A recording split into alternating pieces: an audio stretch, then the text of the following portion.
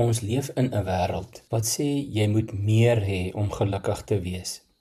Maar God se koninkryk werk andersom. Jy ontdek dat jy reeds meer het as wat jy besef. 'n Dankbare hart kyk nie eers na die geskenke nie, maar kyk verby die gawes, die geskenke, na die een wat gee, die groot gewer.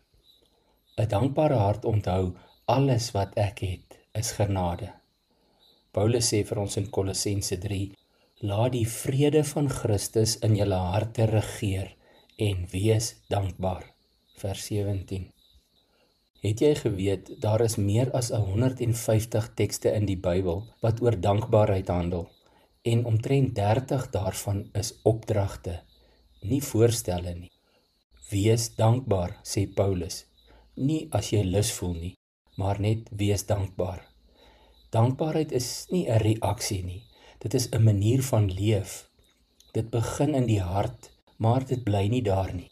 Dit kry arms en bene, 'n gesig, 'n stem, selfs voete.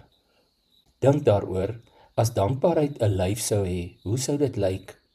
Ek vermoed dit sou baie glimlag, selfs op moeilike dae.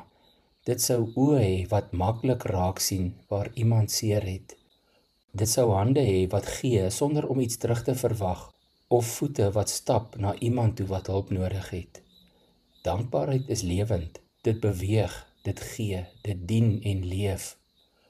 Let maar op na ondankbare mense. Ondankbaarheid bring spanning en vergelyking. Dit word gevoed deur jaloesie en afguns. Daarteenoor bring dankbaarheid vir jou vrede, hemelse vrede, want dit herinner jou, jy het genoeg.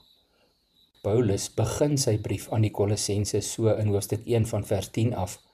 Mag julle vrugte dra deur goeie werke en toeneem in die kennis van God.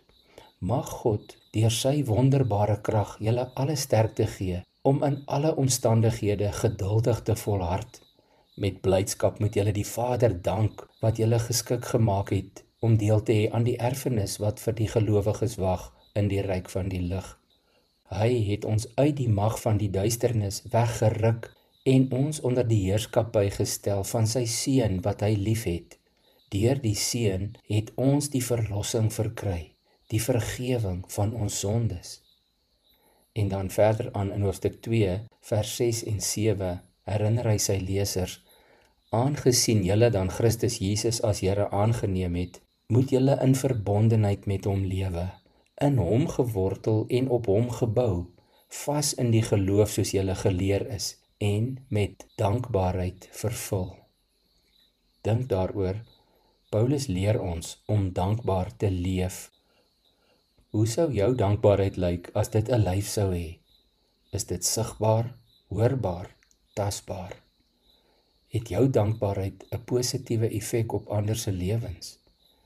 Miskien moet jy vandag dalk iemand bel om net dankie te sê, of dalk iets gee sonder dat iemand vra, en sommer ook sonder dat die linkerhand weet wat die regterhand doen. Kom ons bid saam. Here Jesus, leer my om my dankbaarheid nie net te voel nie, maar te leef. Laat my oë raak sien, my hande gee, vrygewig uitdeel, laat my hart sing. Laat dankbaarheid weer my hartklop word. U is vir my genoeg, altyd genoeg. Amen.